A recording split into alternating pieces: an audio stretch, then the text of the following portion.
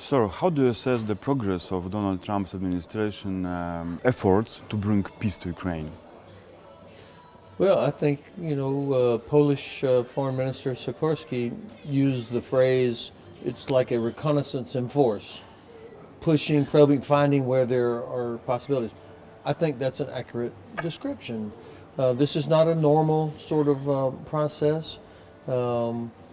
I think that the President of the United States, part of him, from a human perspective, really does want to see an end to the killing. I think he's actually been consistent. So even if I don't agree with much of what they say or how they do it, I think that's sincere. I think the team, they still don't have a coherent approach. It's not the normal foreign minister, Secretary of State Rubio. You have different envoys, General Kellogg, Mr. Witkoff. At the end of the day, the only voice that matters from the American side is the president himself. And so I think I'm going to pay attention to what he says. Now, I think that he knows he has more leverage over Putin now than he has ever had. The Russians are in deep trouble economically, on the battlefield. They cannot keep doing this forever. Not even Russia can do this.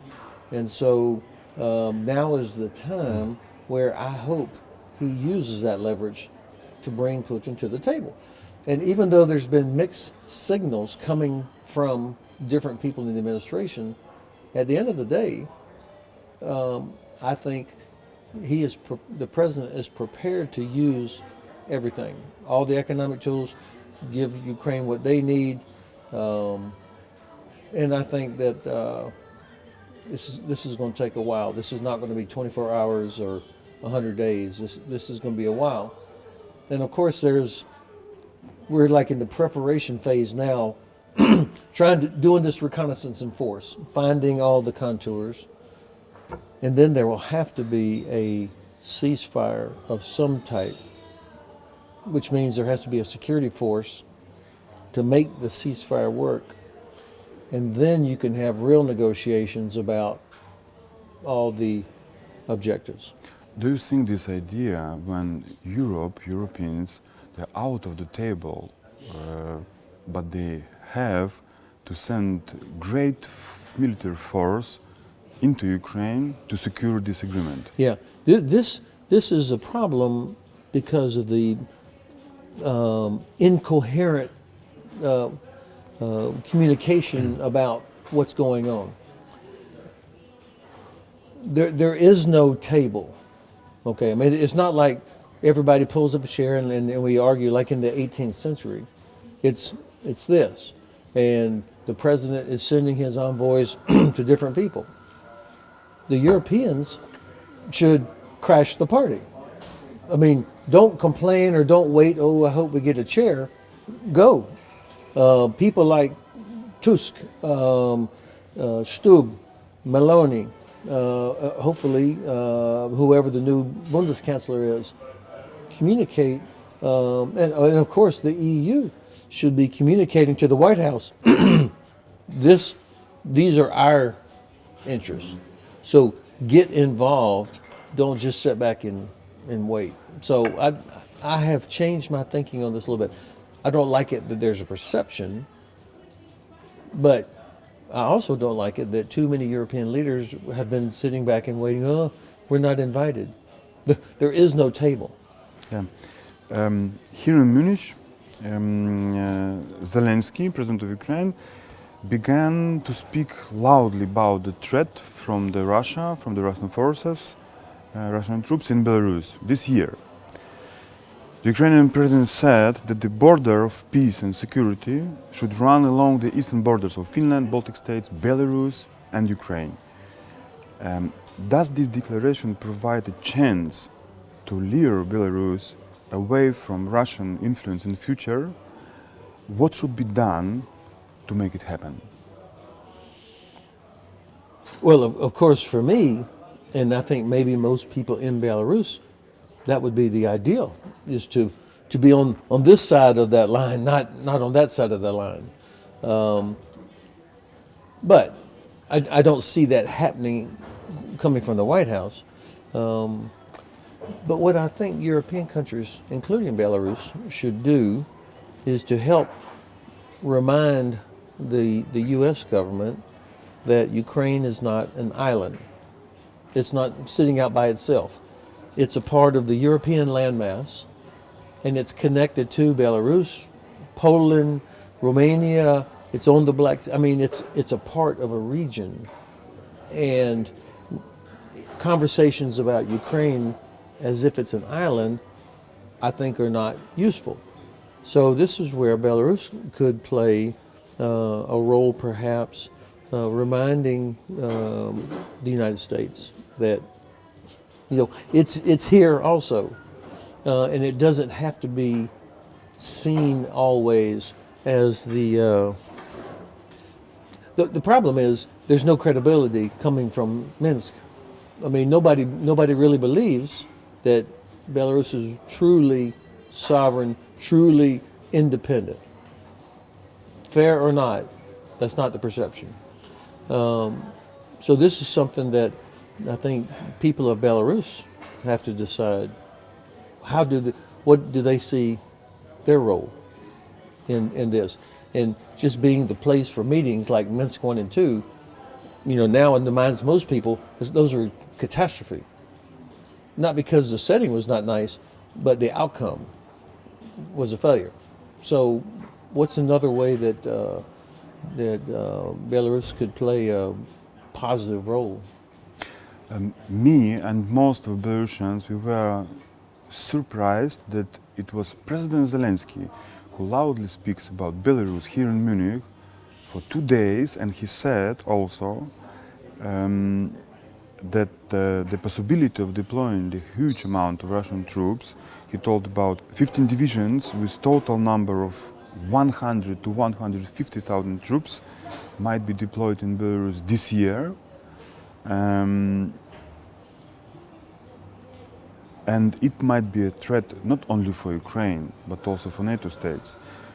If this actually happened, what could it mean? If Russians will deploy this huge amount of troops, maybe not the whole 15 divisions, maybe they will direct the division into the western direction, you know, during this Zapad 2025 drills, but the part of these troops, they must, you know, enter Belarus. What does it mean for Ukraine and for NATO? Well, I would take this as a very clear signal from the Russian side that they are not interested in stopping the fighting or in any kind of a peaceful outcome. You know, President Trump has said publicly 2 or 3 times, Putin told me, and I believe him, that he wants to stop the killing. So a deployment of like that, even if it's for an exercise, I think would be seen as a real escalation, disrespect to Trump. And I think that would not turn out well for Russia because Trump has so much more leverage over Russia than ever before. So to not disrespect the Trump during these future peace talks, they need to move small amount on troops. Do not, you know, to. Well, why send any? I mean, for what? What's the purpose? What kind of an exercise do they need to do? They've been in a war for 11 years in Ukraine, 3 years of large-scale operations, and they're not doing very well. So why would they do a large exercise in Belarus? To press the NATO, to press the Poland, to press the Ukraine. And then that will have the effect. That will have the effect of creating a situation where Trump is not going to be disrespected like that. And then he starts using all of the leverage he has, you know, stopping the export of oil and gas, all right? Giving the Ukrainians everything they need, no restrictions. And then encouraging other Europeans to do the same thing. So now I have to say also, I don't know where these troops are. I mean, I'm sure there are other Russian troops somewhere, But 15 divisions? It's too much. But Zelensky said that Russia has 220 brigades to compare with Ukrainian 110 brigades, so it's 2 times more, and Europeans has 82 or 83 brigades. So Ukrainian and European forces, they are less than present number of Russian brigades, even without the mobilization. Okay, I have to say, I'm skeptical that Russia has that many divisions, or that they're any good, that they're trained, equipped, ready to go with all the stuff. I could be wrong. I'm skeptical. If they had all that, then why can they not eliminate the Ukrainian bridgehead in Kursk? Why can they not capture Prokhovsk? I mean, basic things. So I'm skeptical. And by the way, we had many, many more soldiers in Afghanistan than the Taliban. We lost. We had many, many more soldiers than the Viet Cong. We lost. The Soviets had many, many more soldiers than Mujahideen. They lost. So the numbers are not as important as the capability, the quality. And so I can't challenge the numbers if President Zelensky said that, but it's hard. I'm trying to figure out. Maybe they're planning to finish the war and to release these troops to move to this northwest direction and to Belarus. Well, this kind of scenario. The alliance is better now than we were yesterday, and we're better now than we were a year ago, and we're better now than we were 3 years ago. So the presence of Allied troops from Finland all the way down to Romania and Bulgaria is significant, quality as well as quantity. And it's air, it's maritime. So I think that if there is such an exercise, you will not see Estonians and Latvians sitting at home. I think they'll be very alert. Yeah. Since more than 4 years, we Belarusians have political representation here in Munich, and at any international conference, I mean, Svetlana Tikhanovskaya, some call her national leader or president-elect, but anyway, she is here, speaks, and trying to advocate Belarusian interest here in Munich. And I know that Tikhanovskaya met in Munich with members of US Congress and Senate responsible for the defense, for example, as well with Kit Kellogg, special envoy of Donald Trump for Ukraine and Russia. And she said, Tikhanovskaya said, I will quote, "I explained to the general that a sustainable peace requires a predictable Belarus without a Russian military presence. We agreed to continue communication," Tikhanovskaya said. What do you think about this first contacts between Belarusian democratic forces and Donald Trump's administration? Do you think that this problem of Russian domination, political, military, economical, in Belarus might be threatened seriously in Washington? And this problem of Belarus, of Russian domination in Belarus, might be part of this deal, or future deal, or at least during the talks from European side, from Ukrainians? Well, I don't know what a future deal looks like, but I love the fact that Mr. Tuskanaya told General Kellogg that a sustainable peace has to take into account the region. You know, Ukraine is not an island. It has neighbors, European countries that have interests and that will be affected by whatever outcome of negotiations might be. And so it would actually be to the advantage of the West if you had a situation in Belarus that was democratic and that you had Russians were not able to come in there, base forces, threaten the flank of Poland as well as Ukraine. So good for her. I think that's important. Explain the geography and the interests in that. I hope you listen. Yeah. My last question. And I hope she'll continue to talk to Congress. Yeah, I hoped, I knew that they are planning to visit Washington in coming months. Good. To talk to Congress, to administration, because they need to renew the contacts with this administration, second Trump administration, because there are contacts between Belarusian democratic forces with the advisors of Marco Rubio, for example. But it's, I hope we'll be back to this topic in future. But I have a last question. It's also connected to Belarusian security of NATO. According to one of the last reports of American Institute for the Studies of War, ESW, Russia is quietly occupying Belarus since many years, and their strategy is to build in coming years, in about 10 years, the threat to the NATO from the territory of Belarus, to build permanent bases, for example. In your opinion, what should be done in coming years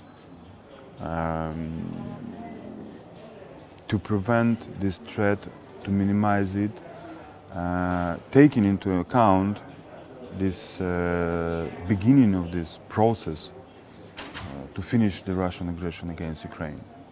Can it be a part, can you imagine that this, the kind of solution about Belarus, to force Russians to move their forces, military forces from Belarus, and not to provoke NATO and Ukraine from the territory of Belarus, it can be a part of a deal, of agreement, connected to the peace between Russia and Ukraine. Mr. Trump talks all the time and believes in the importance of sovereignty.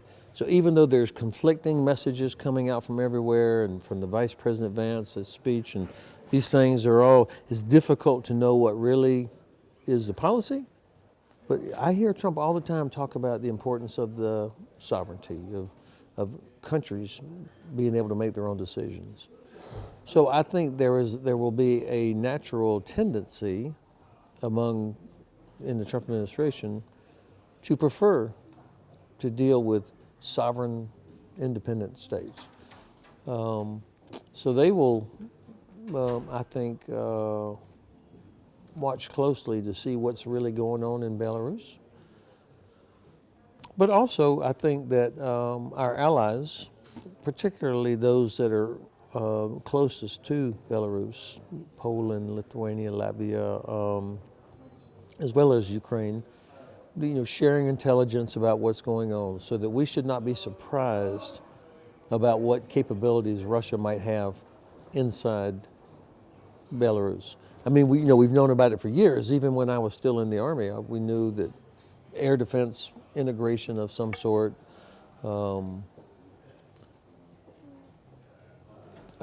I think if we're surprised, it's our own fault.